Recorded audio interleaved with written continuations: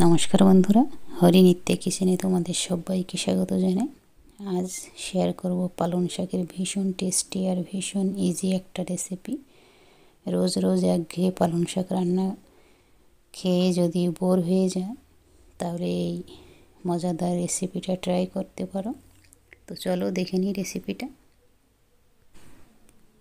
তো সবার প্রথমে আমি এখানে পালং শাক নিয়েছি 1 মুঠো। এগুলো ধুয়ে ভালো করে কষিয়ে নিয়েছি পাতলা পাতলা করে। এর মধ্যে দেব বেসন। প্রথমে 1/2 কাপ আমি বেসন এখানে দিয়েছি। তারপর এর মধ্যে দেব নুন, একটু নুন দিয়েছি। তারপর এর মধ্যে সামান্য একটু হলুদ গুঁড়ো দেব। আর তারপর এর মধ্যে দেব আমি লঙ্কার গুঁড়ো 1/2 চামচ মতো, আর 1/2 চামচ জোয়ান বা আজওয়াইন দিয়েছি। আর 1 চামচ দিয়েছি এখানে রোস্টেড ধনে আর জিরে গুঁড়ো দিয়ে ভালো করে মেখে নেব। আর এখানে কোনো জল দেব না আমি, 1 ফোঁটাও। পালং শাক থেকে যে জল বেরোবে মাখতে মাখতে সেটাই ভালোভাবে এটা মাখা হয়ে যাবে। কোনো রকম জল এখানে ইউজ করা লাগবে না। তো এখানে আমি আরও 1/2 কাপের থেকে সামান্য একটু কম বেসন দিচ্ছি এর মধ্যে।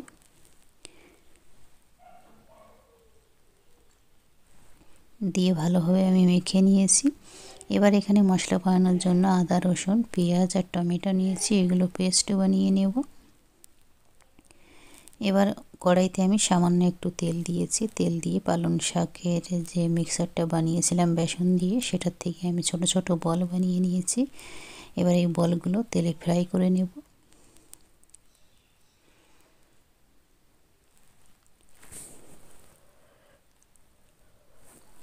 তো ভালো করে উল্টিয়ে পাল্টিয়ে ফ্রাই করে নিয়েছি। এগুলো তুলে নেব। আর বাকিগুলো আমি এইভাবে ফ্রাই করে নেব। তারপর আমি অন্য একটা কড়াইতে তেল নেব। এখানে সরষের তেল গরম করে নিয়েছি। সরষের তেলের মধ্যে তেজপাতা, 1 ইঞ্চি ডালচিনি, একটু জিরা আর দেব একটা বড় এলাচ, দিয়ে একটু নাড়াচাড়া করে নেব। তারপর এর মধ্যে দিয়ে দেব পেঁয়াজ, আদা, রসুন আর টমেটোর পেস্ট।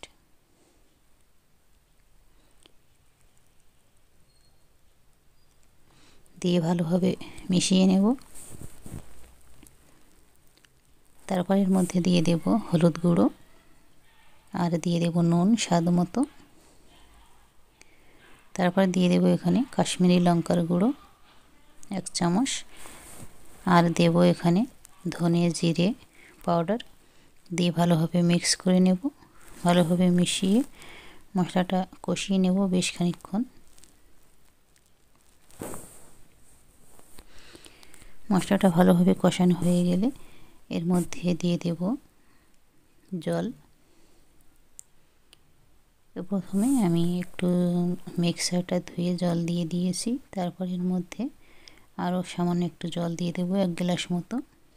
তারপর গ্রেভিটা ফুটে উঠলে এর মধ্যে দিয়ে দেব পালং শাকের পকোড়াগুলো, দিয়ে ভালোভাবে মিশিয়ে দেব। মিশিয়ে খানিকক্ষণ রান্না হতে দেব ঢাকা দিয়ে। তারপর এর মধ্যে দিয়ে দেব নামানোর আগে একটুখানি চিনি দিয়ে দেব সামান্য। আর দিয়ে দেব এখানে 2-3 চামচ, 4 চামচ এখানে আমি দিয়েছি দুধের মালাই বা দুধের সর। ভালোভাবে ফেটিয়ে নিয়েছি। নিয়ে ভালোভাবে মিশিয়ে দিয়ে আমি নামিয়ে নেব। আর আপনারা চাইলে উপরে একটু ধনেপাতা কুচি ছড়িয়ে দিতে পারেন। তো রান্নাটা একদম রেডি হয়ে গেছে। অবশ্যই বাড়িতে ট্রাই করবেন আপনারা।